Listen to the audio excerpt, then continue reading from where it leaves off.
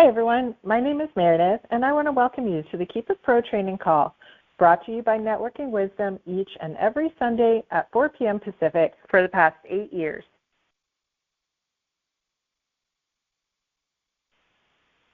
This call is brought to you free of charge every week with the intention to teach you skills and strategies that will guide you to success, whether in your business or in your personal life.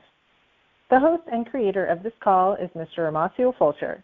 Romacio is an internationally recognized mentor, trainer, and entrepreneur. Although Romacio had extreme success in network marketing, doing over $2 billion in sales with a distribution team of over 750,000 people worldwide, 3 years ago he decided to shift gears into the world of international commodities, trade, and finance. Having jumped into this unknown territory, Romacio turned to God for guidance more than ever, dedicating many hours to reading and listening to the Word of God. Over the last several years, he's gone through many ups and downs as he has had to navigate and learn a new trade. As he kept his faith and belief strong, miracles began to take place, helping him through his trials and tribulations. The Word held him steadfast, allowing him to come out on top once again. Having said that, one of his true loves is to teach the Word of God in a simplistic way, always drawing down from his own experiences. Every call is unique, and he is led by God when deciding on the topic of each week. God told him to start this call 8 years ago, and because Romacio has been so obedient, God continues to use him as a vessel to teach his word. I recommend that you go somewhere quiet where you can focus on this call, because I know what you hear today is going to be profound. Without further ado, let me get out of the way and introduce your Marketplace Minister, Mr. Romacio Fulcher. Are you there? Absolutely, I'm here. I want to thank you, Meredith, for, as always, stepping up and doing a wonderful job for our team. Appreciate you, and we love you. I want to welcome everybody back again for another edition of the Sunday Keep It Pro training call. I want to say thank you to those of you that are across the pond. I really appreciate the love letters that I received this last week. Thank you, thank you, thank you. My heart goes right back to you as well. Guys, if you don't know, we've been doing this call for over 8 years. It's always recorded. It's always uploaded to our YouTube channel, which is Romacio Fulcher.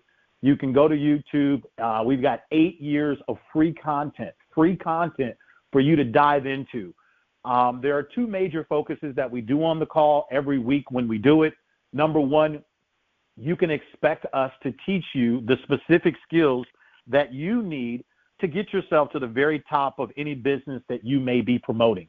If you're not promoting a business, if you're working a job or thinking about starting a business, let me remind you, whether you are working a job or a business, your personal brand is your business. It's like in the words of the great philosopher Jay-Z said.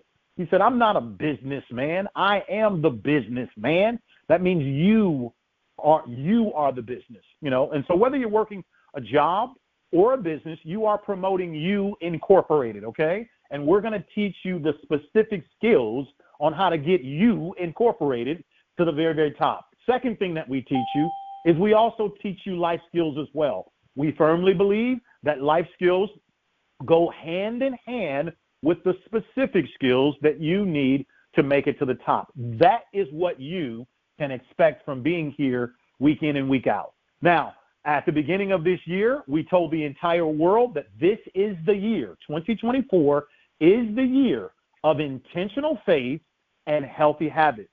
One more time, this is the year of intentional faith and healthy habits. Okay, I love that title. I'm glad I received that revelation. I'm proud about it. I'm loud about it. And I'm going to keep singing it and singing it and singing it until the end of the year. This is the year of intentional faith and healthy habits. Today, guys, I want to talk to you about a healthy habit. In particularly, I want to talk to you about a good old-fashioned topic that throughout the last few weeks I've just been reminded through my own life and my own life challenges that I'm dealing with and growing through. And I've just been reminded of how important this particular topic is. Listen, don't mistake what I'm about to say as something that Oh, this is old school. I've heard of this before. Listen, as in the Bible, it says nothing is new that is under the sun. So stop being the person looking for new tricks and learn to master the old principles. I want to talk to you today about self-talk. Self-talk. This is a habit that I have to really take our time to really peel the onion back on how important this is. You know, I'm going to start with this. Your outer world reflects your inner thought process. Your outer world reflects your inner self-talk. Your outer world reflects your inner world. Somebody write that down. Your outer world. Now, today I'm going to come in a little hot and I'm going to be a little heavy. What does that mean? I'm not going to be bashful on what I want to say. I'm not going to bite my tongue for the fear of, oh man, Romacio was sounding pretty strong today. Well, that's by design. I'm going to say it again. Your outer world is a reflection of your inner conversations that you're having with yourself. Your outer world. Let me give you an example. Let's just say you're the type of person you love to be clean. Your hygiene is very important to you. And you find yourself taking showers, brushing your teeth, flossing, you know, all these types of things. You know, you're constantly cleansing yourself, doing, just taking really good care of your body. Well, the reason why that's happening is because there's a conversation that you're having with yourself about how you present yourself, about how you take care of yourself. Again, I'm just giving you a story to make the point that your outer world is a reflection of your inner conversation that you're having with yourself. Write this down. Self-talk is the most important talk in the entire planet. There is not a more important conversation that you will ever have with anyone than the conversation you have with yourself. Now, I know that sounds really cute. It sounds really good. From a biblical perspective, it is important. If self-talk is so important and it controls and navigates our entire life, for we all know that we're going to be faced with challenges, with trials and tribulations. Every single one of us that's listening to this live call or the recording of this call, we're all included.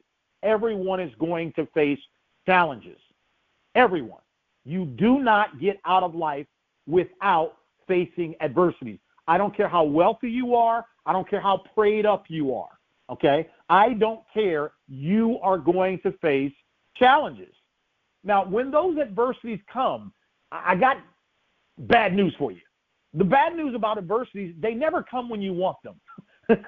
They never come when you want them, right? But you can rest assured it's going to happen. It's written in the Bible, okay?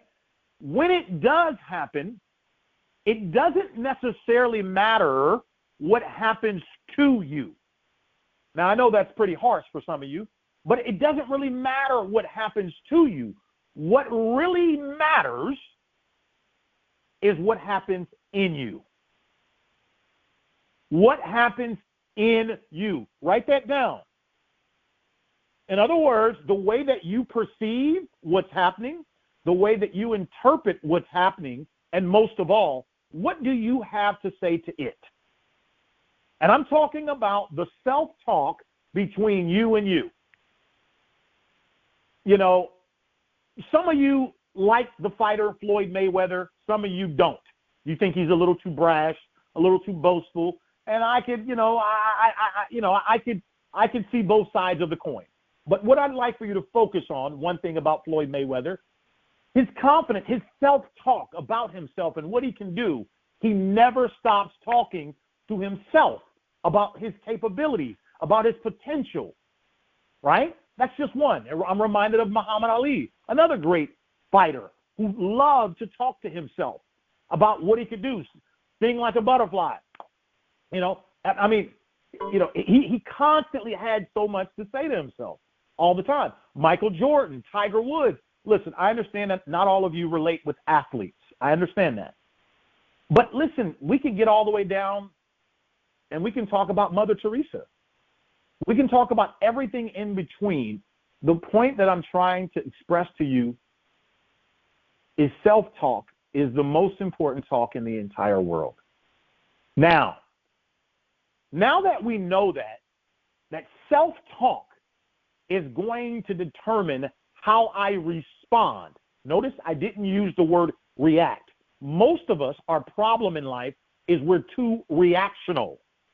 There's a difference between reacting to something and taking a deep breath and responding after careful thought. There's a big difference.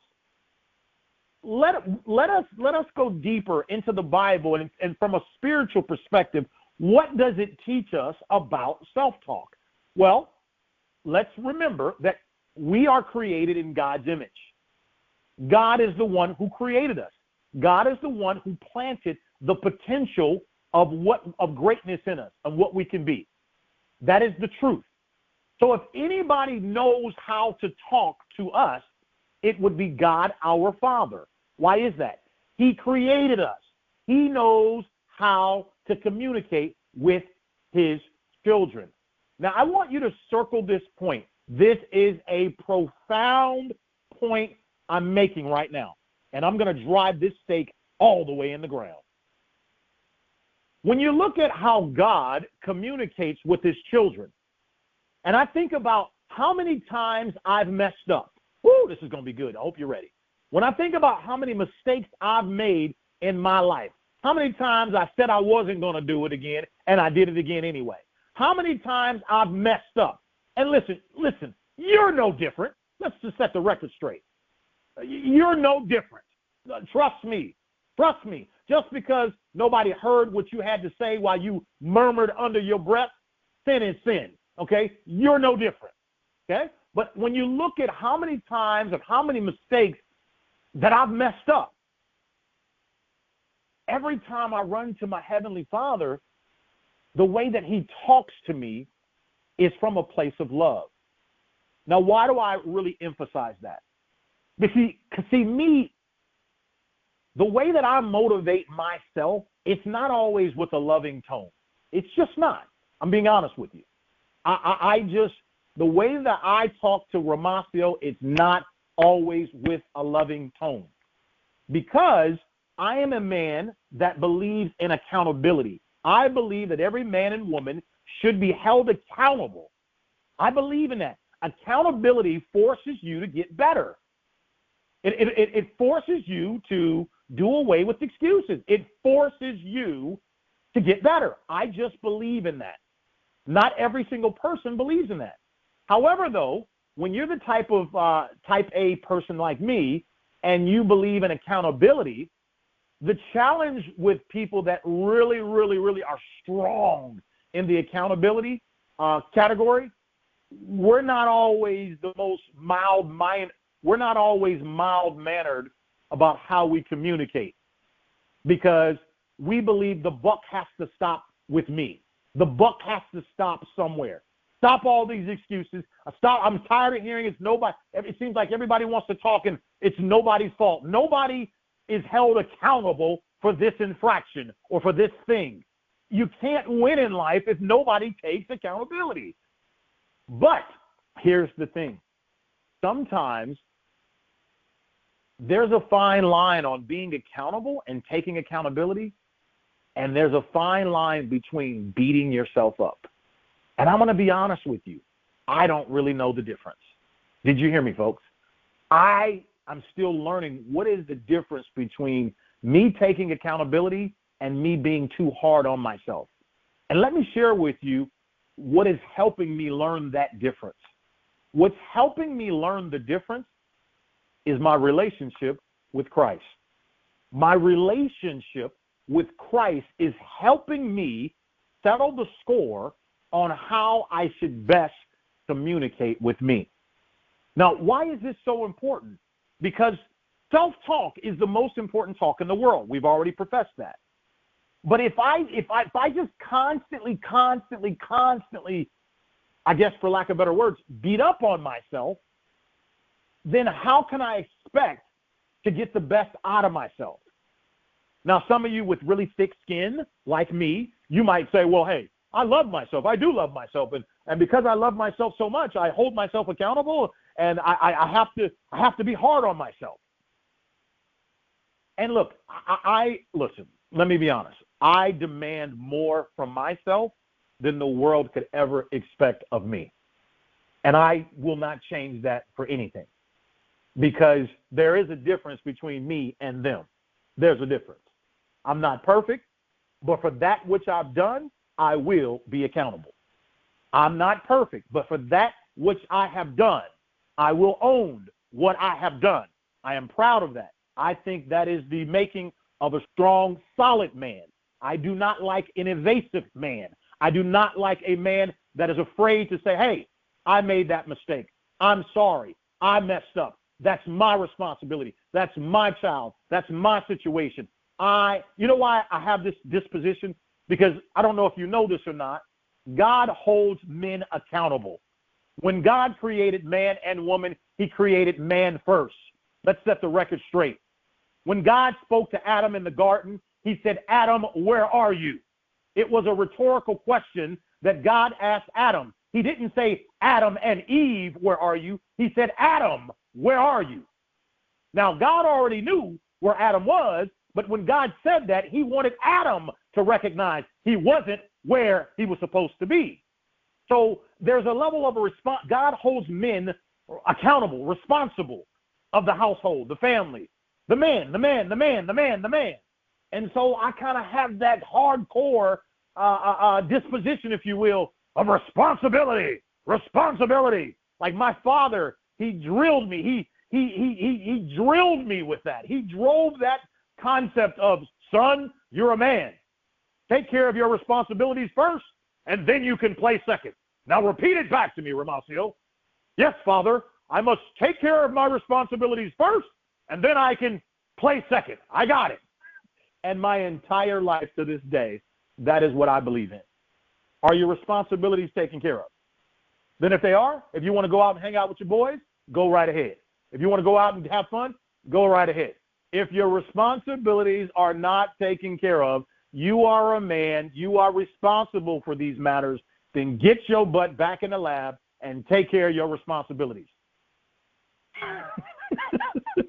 That's just what I believe. Now, as cool as that may sound to some of you alpha males out there and alpha females, and you like the sound of that, I still want to caution you. And here's what I want you to write down. But how does God talk to me when I make a mistake? How does God deal with me? Is it the same tone or the same talk that I actually, the way I speak to myself?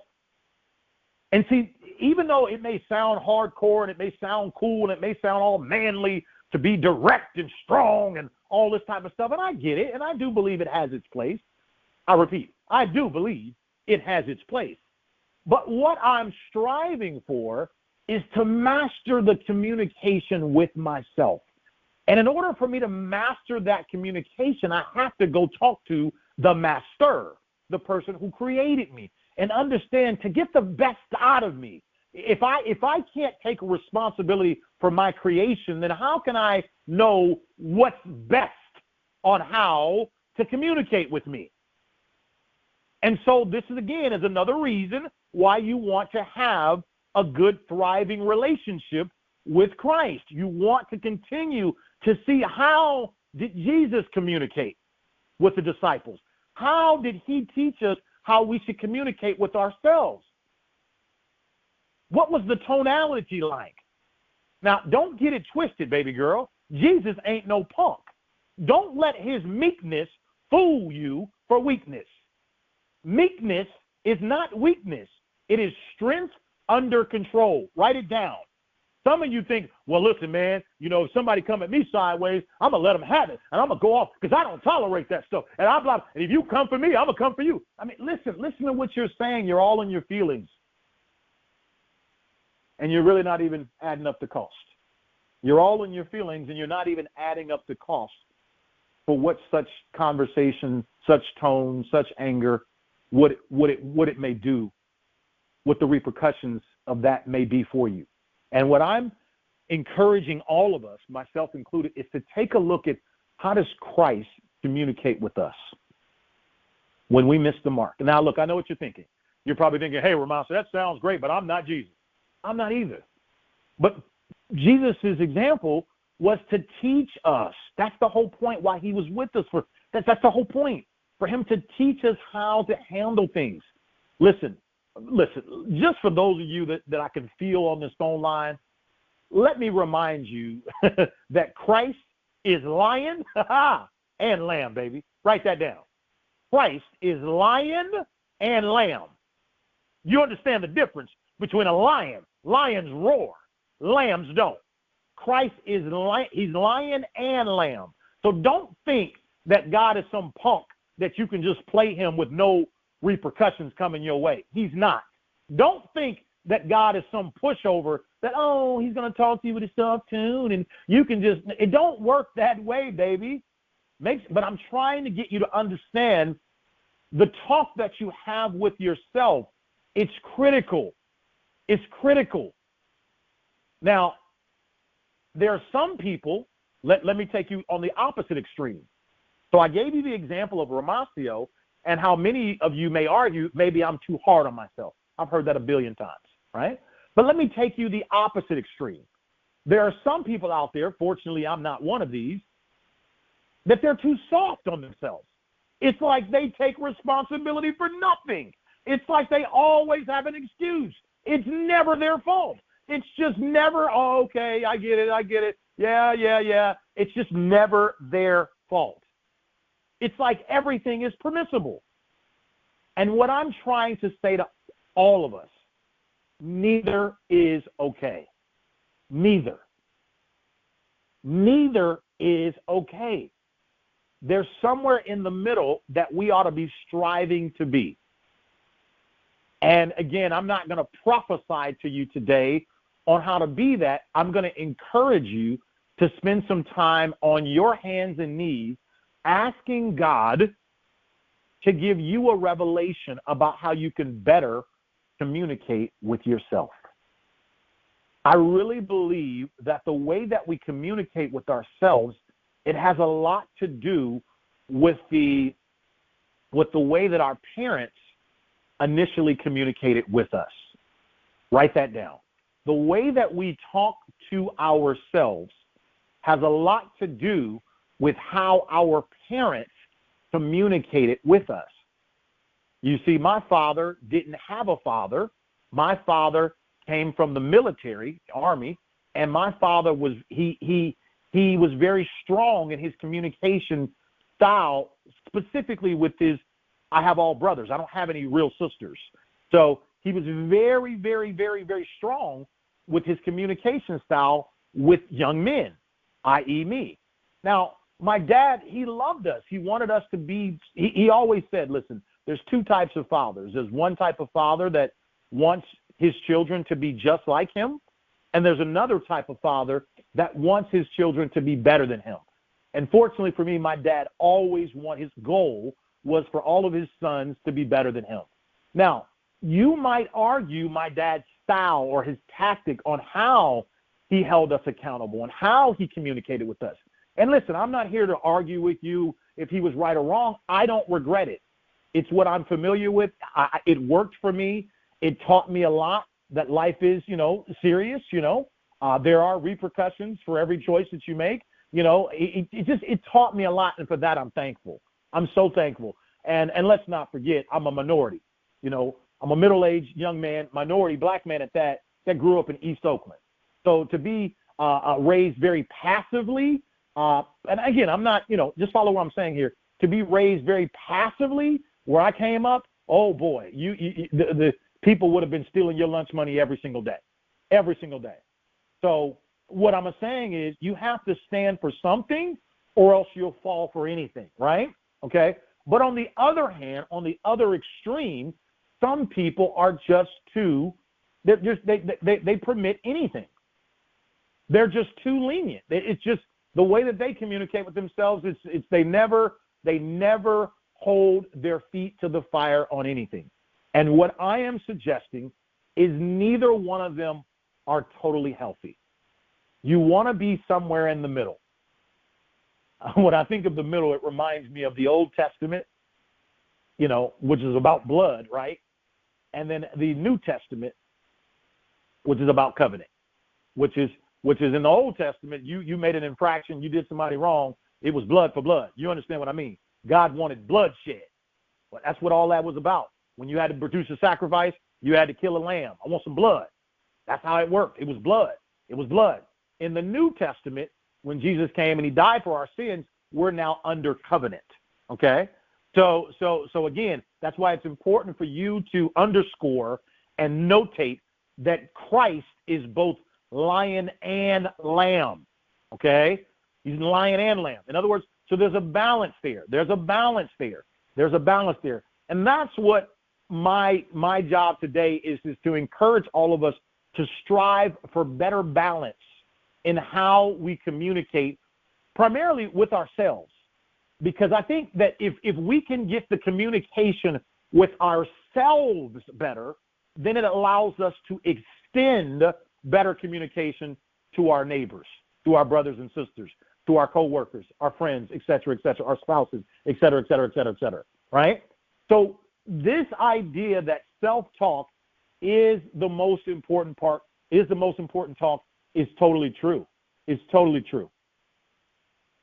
The way that you talk to yourself about an infraction, about a mistake, about a trial that perhaps you failed, about something that makes you maybe feel bad or whatever, the way you communicate with you, it's so important. Guys, it took me so long in my life to develop the self-confidence and self-esteem and who I am at 5'9" as a Black African-American man. It took me such a long time to come to grips and be completely confident in who I am, not comparing myself against any man or any woman. It took me a long time, to be honest with you, to look in the mirror and tell myself that I loved myself.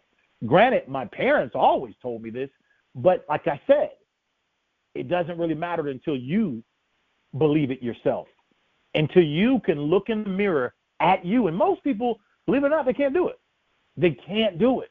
Look in the mirror and tell yourself, man, I love you. You're my guy. You're all I got. You know what I mean? Most people can't do that. And as a result, when you can't do it to you, unfortunately, you're reluctant to give it to other people. Now, I want to show you, I want to talk to you. I'm going to start with men first, and I'm going to go over to the ladies. Men, I'm going to tell you something that I believe very strong, and I want to encourage every man that listens to this recording, whether you're a young man or an older man, I want to encourage you to pray about what I'm about to say, and I want to encourage you to take up what I'm about to say and start applying it in your life. I believe as a male figure, okay, I believe as a man, it is your responsibility to speak life into your girlfriend. It is your responsibility to speak life into your children. It is your responsibility to set the tone for the type of energy and conversation that you as a male will tolerate from any man or woman. Let me say that again for those of you writing it down. If you are a man listening to me right now, young male or an old male, doesn't matter, I believe it is your responsibility to speak life into your girlfriend, your fiance, your wife, okay? Even if it's a girl you're just dating, you're not too sure about her, it is your responsibility to speak life. You don't have to marry her to speak life into her. You don't have to, tell her all your business about all your whereabouts if y'all not together or anything like that to speak life. But I think as a man, it is your responsibility to speak life into your significant other. It is your responsibility to speak life into your children. It is your responsibility as a man to set the tone for your family members, your friends, your colleagues on what type of conversation you will tolerate. There are certain types of conversation I will not participate in, period. This is a free world. I'm a free man. If I'm going to listen, I better like the tone of what you're talking about, man. That's right. Now, look, I love slang. I love slang language. Look, I love being black. I wouldn't change it for the world. I love being a black male. I love it. And you know how, as black folks, we create our own dialect, our own way of saying things. And so, look, I'm not saying you got to be phonetically, perfect with your English when you talk, but what you're talking about, even if you're going to use slang, I got to be feeling the vibration of it. It's got to be positive. We've got to be going somewhere with this. My ears ain't got time to be listening to nonsense. And those of you who really know me, you know this is true. If you want my attention, I better be liking what you talking about. Because if I ain't liking what you talking about, then we're not going to be talking. It's that simple. Why is that? I am a man. It is my job to set the tone for the types of conversation that I will tolerate. That's very, very important. Because self-talk is the most important talk. So if I start letting my friends and my colleagues and others, talk to me any old kind of way, then I start to think automatically that it's okay to be spoken to that way.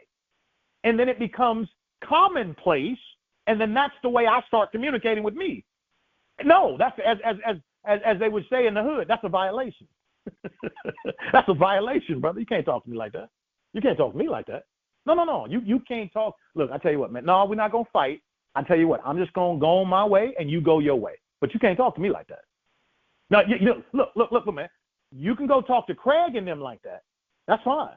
You can go talk to Shirley like that. But I won't tolerate it. See, the buck stops here. No. I'm not talking to you that way, so you can't talk to me that way. Now, if we got that understanding, we can carry on. If we don't have that understanding, then divorce must happen right now. You see? So again, this self-talk, it starts the engine for all talk. It starts the engine for all types and all forms of communication. Now, let's go over to the ladies.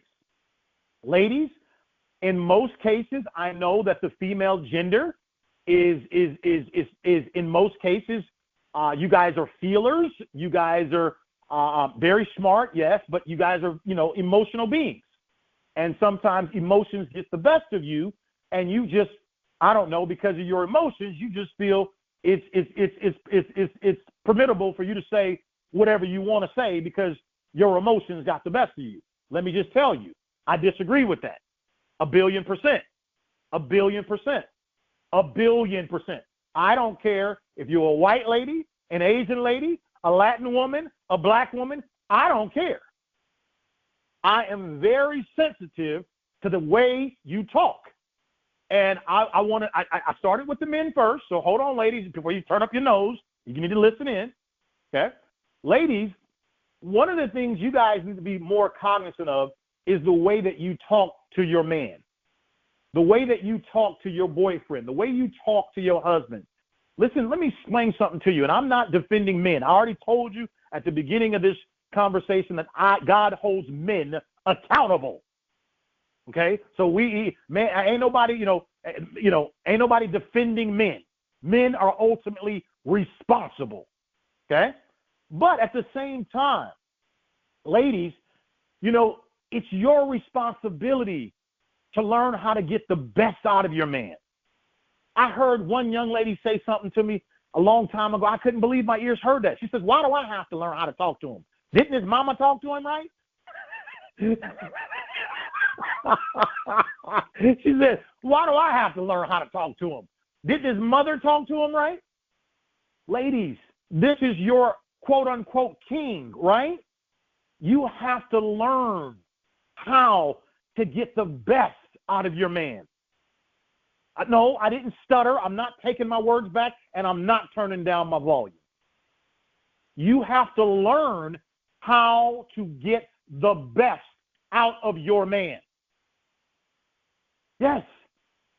You know, it's not easy being a man. Let me just give you one illustration. See, in most cases, a man looks for a woman to be softer than him. In most cases, a man looks for a woman to be feminine in her nature, which is normal, right? And, you know, if the woman is beautiful to the man, and the woman is helpful to the man, and the woman is comforting to the man, and nurturing to the man, and all of these elements, in most cases, that's all most men need. But do you realize, as a man, if a man is not taking care of business, and you can, you know, read between the lines on what I mean by taking care of business. And I'm talking about business, or as they say in the hood, business. If he ain't taking care of business, you know, then no woman really wants him. Yes, let me say it again. Women don't want men that are duds, that have no sense of purpose, no identity, no direction, no firmness of his yes being yes and his no being no. Women don't like that. They don't like that. So what this means to a man has to compete in the world every day. Women, this has nothing to do with you. This is how men see the world. They've got to go out there and compete to become the king that they already were born into. See, when they're born as a baby, you don't want him. You want him when he finally matures and he's finally the king now, right? So everything about a man's nature is typically mechanical. Typically, masculine energy is the type of energy that seeks completion. You know, 1 + 1 = 2. If I do this, this will get me that. Men live in a mindset where they're constantly competing. And no mother, no daddy, no grandma is going to stop a man from thinking that way. It's in his nature to go out and hunt and to become and to compete and to fight. That is what men do. That's what they do. So do you think that, first of all, a man is not going to be perfect? He's not. But do you think that next thing that a man wants to tolerate is some woman who just talking to him any old kind of way, and you ain't never going to be nothing. You ain't nothing, man. And you know what? You just stink. And you this and you that. And you just, you just get on my nerves. What? And then you wondering why you can't get the best out of him? Look at how you're talking to him. Now, look, I'm exaggerating my point, ladies, to really make my point. Okay? But my point that I'm saying, and some of you, maybe you don't sound that extreme, but you love to whip him with your sharp tongue. You love to show him how smarter you are than him. You love to make him feel like he's pathetic or he's useless or he's, you know. Women, what are you doing? What are you doing? And then you're wondering why the king has never showed up your way. Well, look at what you're doing. It all stems from self-talk. I understand, ladies, you may be upset about something. You may be disappointed. You may be hurt about something. Listen, remember at the beginning of this call, I told all of you, and ladies, this includes you, that every single one of us is going to have to deal with some adversities in life. Sometimes the adversity you're dealing with is sleeping right next to you. It's the man or the woman that you're dealing with. We're all going to have some things happen that we did not want to happen to us. That just doesn't give you the right all of a sudden to say, you know what, caution to the wind, I'm going to just say whatever the heck I want whenever I feel because that's how I felt. I'm trying to tell you, self-talk is so important. You know, every time I get a chance to be with my sons, I always, and look, there's a lot of things I don't do, but one thing I am very purposeful in doing is I speak life to them. And I remind them of who they are. I remind them of what their capabilities they are, of what the possibilities are for them. I remind them of who created them. I remind them of what they can do. And I do this purposely over and over and over. Even though they're tired of hearing it, I'll never stop doing it. You have to understand, people, children don't know who they are. It's the programming of a parent that helps instill inside the child of who he or she is. It's the programming. And then when they grow up and they become young men and young women, that stays with them. It becomes familiar to them. Well, you know what? And then they start to go date you, and they go, I don't like the way you talk to me. My daddy spoke to me much better than you, so I'm out of here. I'm not used to that type of talk. Sorry. Bye. Or vice versa. You know, woman, I don't like how you communicate with me, so bye, Felicia. Bye. Ladies, it is your responsibility to learn how to get the best out of your man. Now, let me throw a little asterisk there, because I want to be crystal clear today on this topic. There's two women I want to draw your attention to from the Bible. One is Jezebel, and the other is Delilah. Both of them were very deceptive and very manipulative. Both of them used beauty. They were very cunning. They used different tactics on try to manipulate a man to do what they wanted them to do. Ladies, just put that in the trash. If you're looking to win a short-term race, you'll never win the marathon. If you're looking to use your physical attributes, your tonality, your hair, your nails, you know, the soft qualities about yourself, you know, the fact that you know men like sex, or they like food, or they like whatever they like, you know, and you're going to use that as bait to manipulate them as Delilah did. Like the Bible said, nothing is new under the sun. We've seen this trick before. You're not the first one to consider it.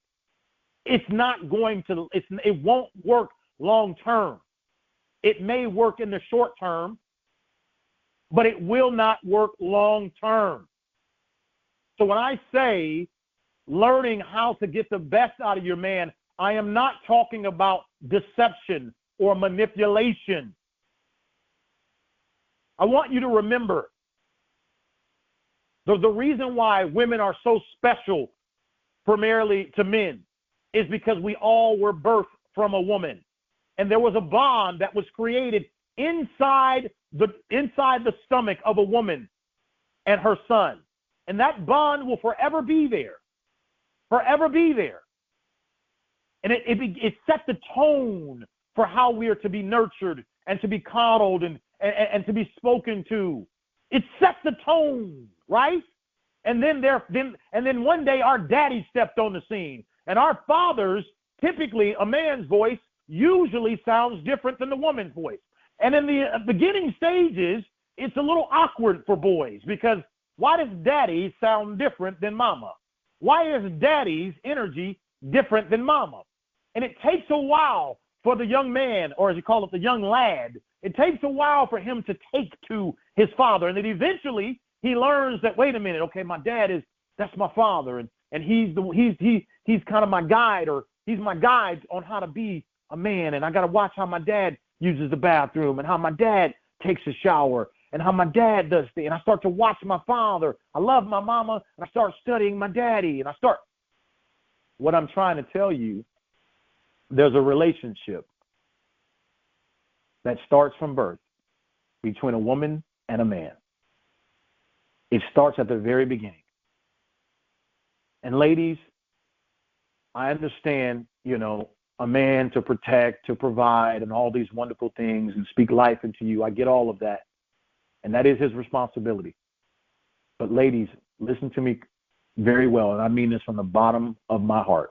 You are not absolved of your responsibility for learning how to communicate with your man to get the best out of him. Just because he made a mistake in 1946 or he forgot to take out the trash, or whatever he did, he stayed out too late at night and maybe he got too drunk, or whatever the situation was.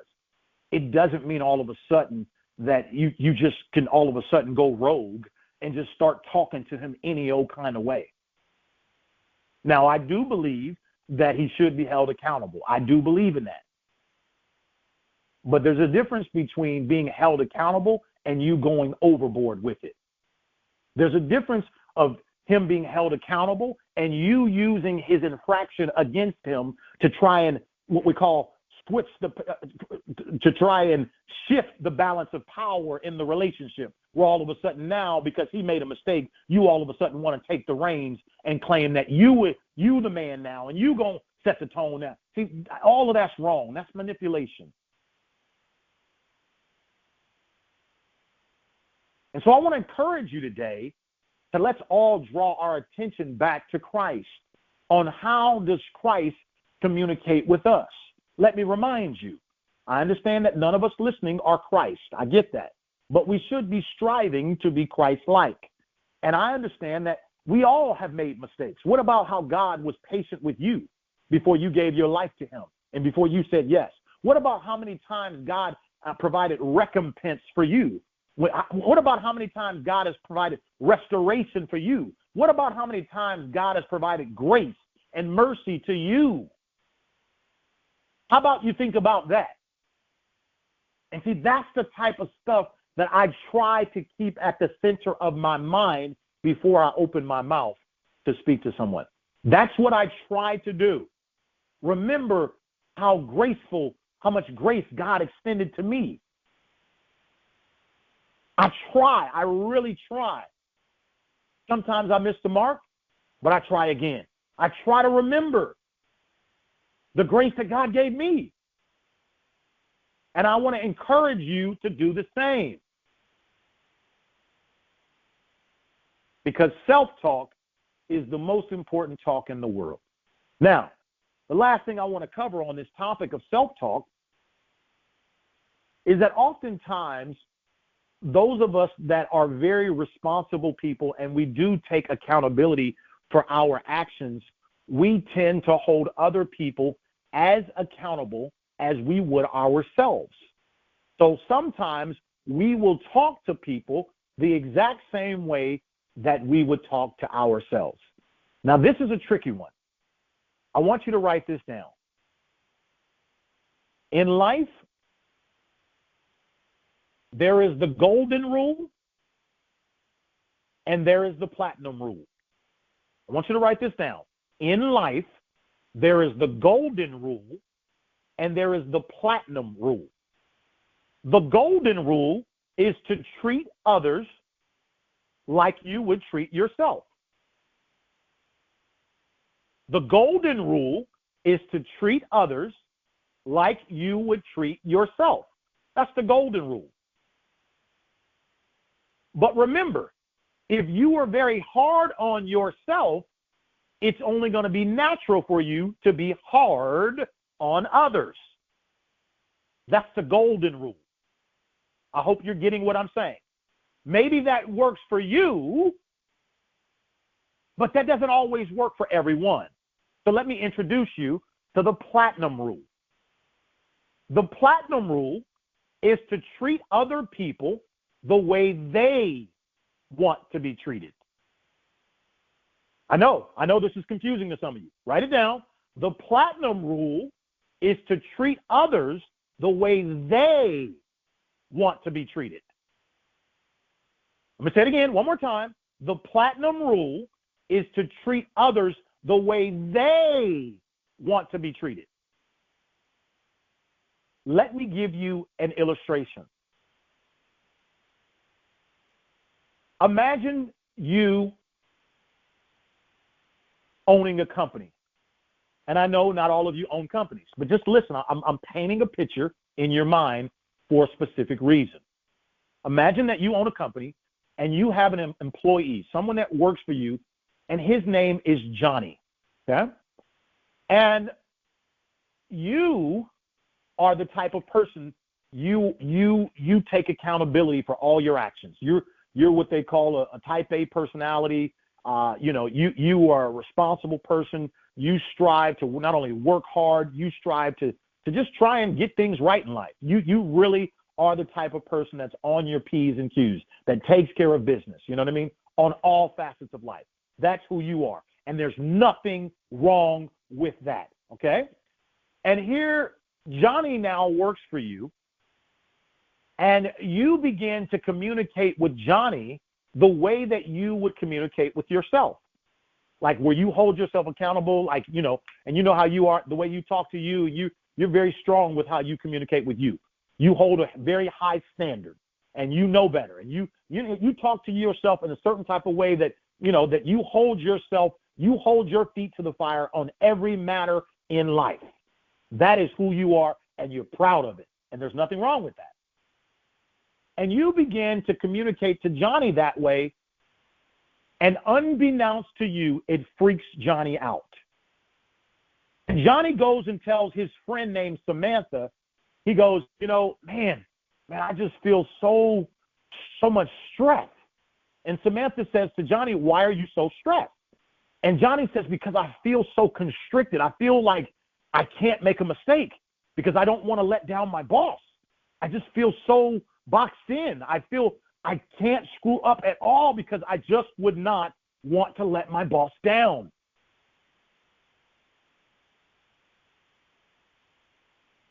And Johnny walks around now with all this internal pressure because he's afraid to make a mistake, because he feels he would be ridiculed.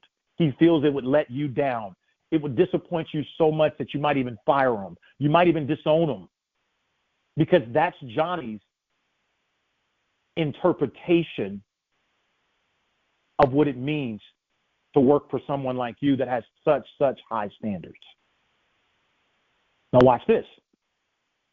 Let's say you have a second employee. Her name is Brandy. And you're the same person. You haven't changed. You still got high standards, which I love. I love that about you, okay? But with Brandy, you've decided to communicate differently with Brandy. And this time with Brandy, you've spoken life into Brandy. You've told Brandy, listen, I've got full faith, full confidence in you to do the best you can at your job. And I believe in you. And Brandy, I want to give you freedom to make decisions. I want to give you freedom to help grow our company, to help protect our company. Brandy, you've got freedom to do what you think would be the best in this situation. Brandy, I believe in you. I've got full confidence in you, okay? All right, Brandy, see you later. And Brandy, she goes to her friend Donald, and she says, Donald, I love working here. And Donald says, why do you like working here so much? And Brandy says, because my boss believes in me so much. My boss has given me such a vote of confidence that they just believe in me. And it means the world to me to see someone believe in me so much. And because they believe in me so much, I'm going to give it my all. I'm going to give it my best. I'm going to put my stick. I'm going to sign my work with a beautiful signature. I'm going to sign my work with a signature of excellence on every. I'm just going to put that extra on it because I like the fact that my boss believes in me. So I'm gonna give him my best stuff. And Donald says to Brandy, man, so you really like this job? And Brandy says, yes, I do. I love it. I love my job. I love my role. I love the team. I love the vibe. I love how we deal with each other. I love my situation. Do you see the difference between Brandy and Johnny? Johnny is stressed out. He's stressed out because he's afraid to miss the mark. He's afraid if he can't do, he wants to please you, but he's just so afraid internally. What if he makes a mistake? What if he makes a mistake?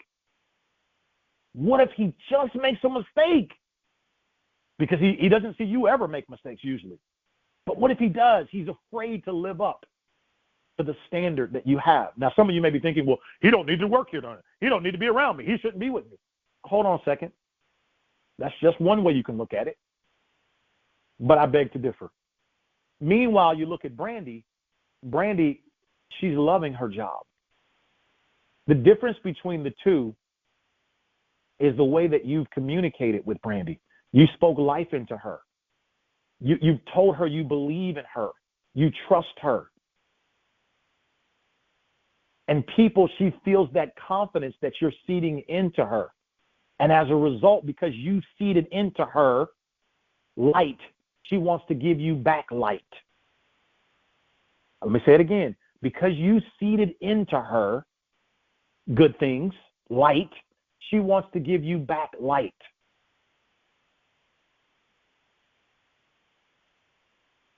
My goal today is for you to take this example that I just given you, and I want you to pray about it. I want you to really think about what I'm saying. What I'm saying to you is a balance of the two.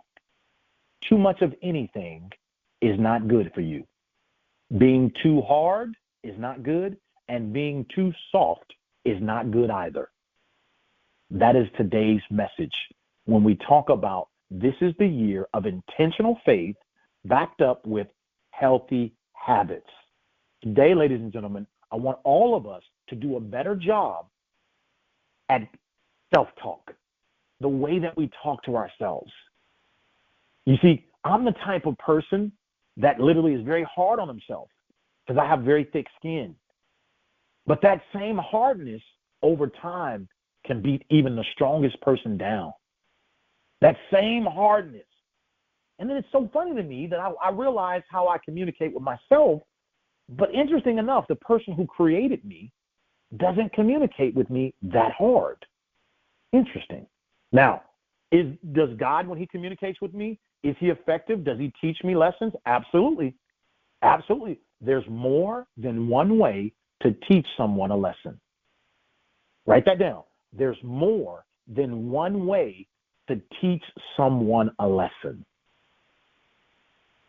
Now, look, if you have no aspiration on wanting to get better and improve in your life, then perhaps you probably are going to tune this call out. But if you are a man or woman, boy or girl, regardless of race or gender, that you really, really want to get better in your relationship, in your job, in your community, with your faith, if you really want to get better, you have to understand the relationship between God and man. You've got to understand the relationship between God and man.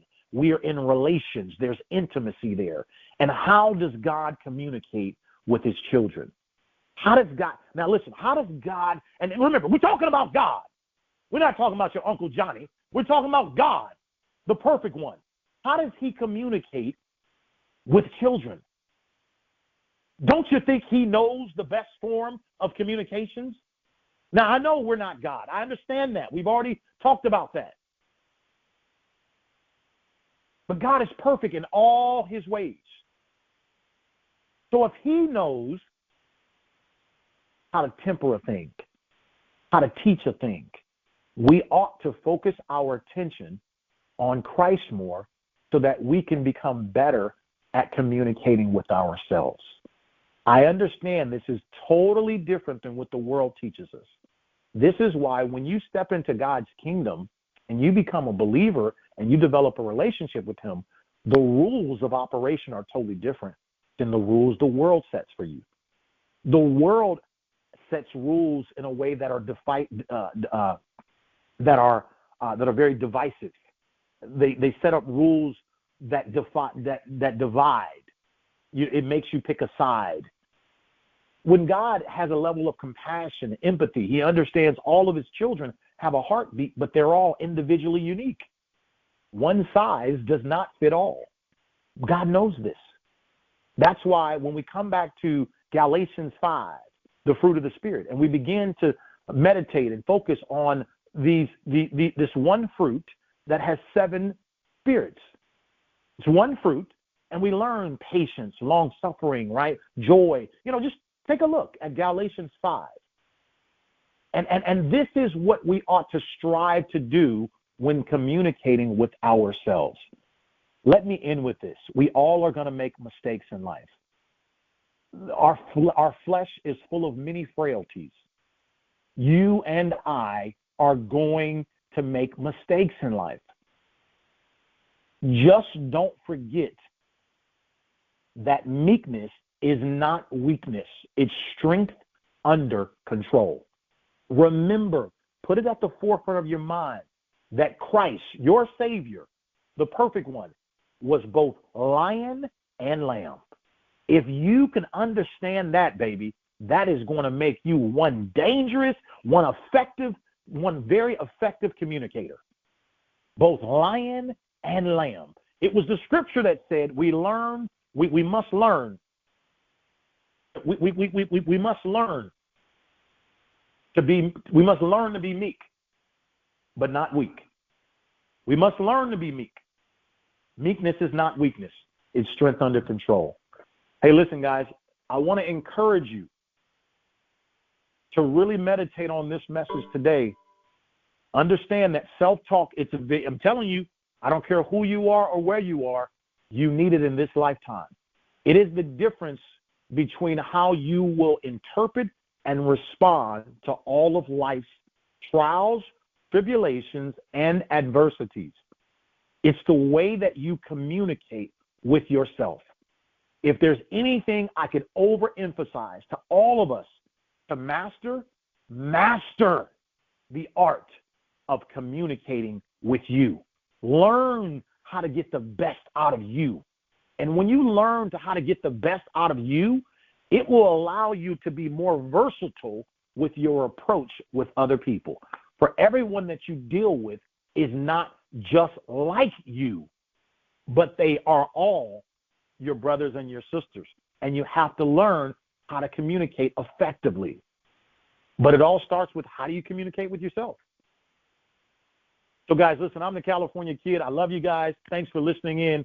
And as always, remember, self-talk is the best talk in the entire world. Let's do a better job of talking better to ourselves this upcoming week. Thanks for listening. I'll see you all next week. Goodbye, everybody.